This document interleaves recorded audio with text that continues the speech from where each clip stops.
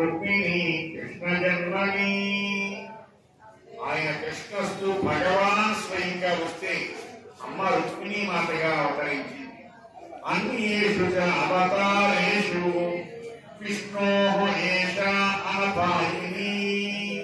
చాలా గొప్ప శ్లోకం విష్ణు పురాణంలో. అన్యేషు చ అవతారేషు అన్నారు. అయితే మిగతా అవతారములలో కూడా